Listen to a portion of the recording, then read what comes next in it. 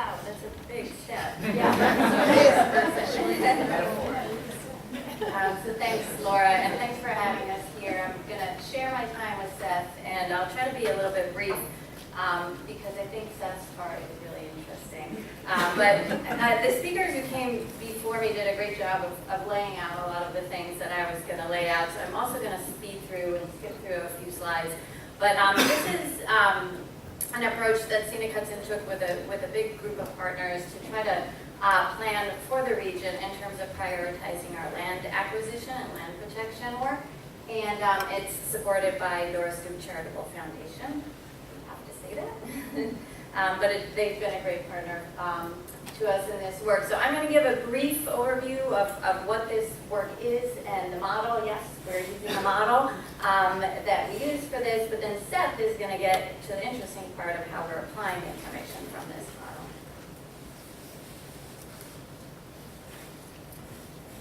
And just for those of us who might not be familiar with us at Scenic Hudson, we are both an environmental advocacy organization. It's been working in the Hudson Valley for over 50 years, but we are also a land trust, and that's really where this interest in prioritizing our land conservation work comes in. So when we approached this project, it really wasn't solely about connectivity, but it does involve connectivity. But the main motivation that started us on this was that we looked at some priorities that us and other people in the Hudson Valley have for protecting land. And if this map looks really busy and ridiculous, that's because it is. And these are only some of the priorities that some of the conservation organizations have in the Hudson Valley. And we started thinking, boy, can't we do a little better? Can't we find a way to look at what the most efficient way is to get at all of these different goals that different people have across the valley? Can we make sure that those goals are taking advantage of the places that are already protected and building on those? And how do we know when it's enough? If we try to conserve everything, someone else made this point, the map is covered, right? And we can't protect everything. We know that, but people also need places to live. And our other big motivation was to really try to incorporate climate change resilience into our planning, because none of these priorities were doing that at the time. So again, people talked about climate change and how important it is to look at that. If anyone here is a farmer or even a gardener, you know that our hardiness zones have shifted already. This is not something that's happening in the future. This is a map that shows how much those zones have already shifted in a recent 15-year period. And this map already showed actually a better version of it, of how dramatic the change of the climate in New York State is projected to be over time, and that's why it's so critical that climate resilience be part of what we're planning for in conservation. This is a map of ecoregions of the United States, and the reason we like to show this map is because if you zoom in to where the Hudson River estuary is, you can see that a lot of these ecoregions are coming together there. It's a very dense area. And that's what gives us a really high biological diversity here. But it also means that as the climate changes, we have every reason to expect that this is going to be one of the most dynamic regions in the country where changes are happening quickly. And we just really like this picture, A, because this is Storm King Mountain, the fight over which founded Scenic Hudson, but because what you're seeing in this picture is really the top of the Appalachian Mountains, perched right above the coastal plain. The Hudson River estuary is part of the coast, and you don't see that anywhere else in the stretches of the coastal plain or the Appalachians. So everything is very tightly packed in this region. Hello? So our goal in this project, like I said, was to try to align some investments, some priorities, and the four major categories that we looked at were climate resilience, biological diversity, and landscape connectivity, which many of us were already thinking about, but also our working agricultural land. And you might ask, how do you take the concept of climate resilience and actually put it into a model and put it on a map? Well, we were very fortunate that the Nature Conservancy is doing a lot of great work in this, and they've actually created data sets that tell you something about future climate resilience. And without going too much into their data sets, there's a premise underlying it that says that our great biological diversity that we have here is really being held up by the geologic and the physical diversity that we have here. So we need to make sure that we conserve that physical geological diversity, and that will enable species and ecological processes to adapt to climate change. So it's sort of an approach, rather than trying to save this species of turtle and maybe we need to help them move along, it's kind of a broader scale approach.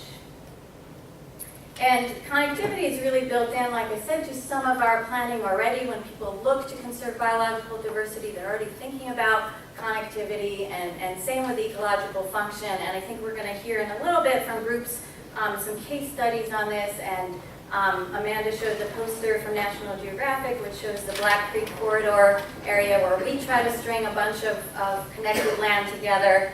And we have a poster at our table if you'd like to look at that. And I know Black Rock Forest has initiatives like this.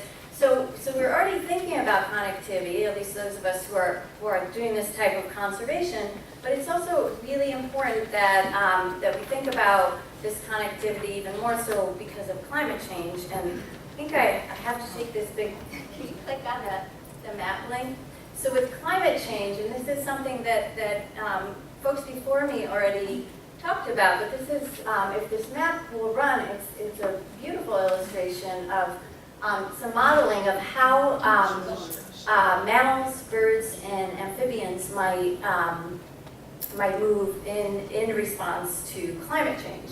And so if you look at North America, it's not that everything just moves, up latitudes. Look at how almost a third of the main part of the continent is going to try to move through our region in order to get to other places. And this is in the long term, not quickly like this, but over time. And how important it is that we actually have a connected landscape that allows for these types of migrations over time. Now, go back to my presentation. This was the backup plan, if that didn't work. So here's that map again, just a still photo of it, but just really striking how, so much has to try to come and move through our region. At Scenic Hudson, we also have a recent effort looking at farmland conservation, and we have a whole report on that. We looked at different places across the Hudson Valley, so we had a lot of data on where the most important farmland is to conserve in our region. But really, this was also the spark, I think, in many ways, to some of our work, because when we started looking at these farm parcels, what we found was that so many of them also had really important wildlife habitat. So we are finding that there is an overlap between agriculture and between habitat, and in this project that we're talking about today, we also wanted to bring climate resilience into that and to try to find the places to conserve where there's the most overlap between all these different types of priorities. So we went into this modeling process, and it's really a systematic conservation planning process. And what we did in it, and you do this in any planning process, is set out your goals, so you can see sort of the top categories that we use. And for each one of those goals, we define some objectives and some very specific targets that are going to go into a model, which will then try to find all the places that reach those targets and spit out a map for us.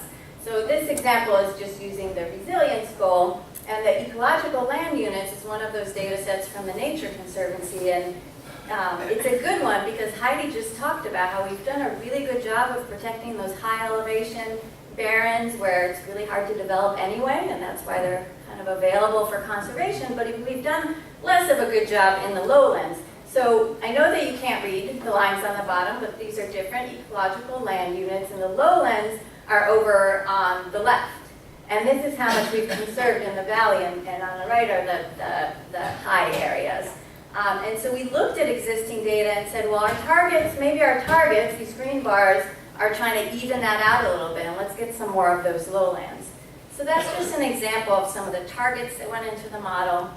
And we didn't do this in a vacuum. We had a great technical advisory team that worked with us to set some of these targets, to analyze the data. And there might be a few people here that were even on that advisory committee. And we also talked a lot to the stakeholders that work and do conservation in the Hudson Valley throughout this process so that this product is useful to them. And so this is just an image showing you some of the breadth of the data sets that went in and the different targets and the different weighing factors that went into this model. And just to pull out some that are very specific to connectivity, since this is what people here are interested in today.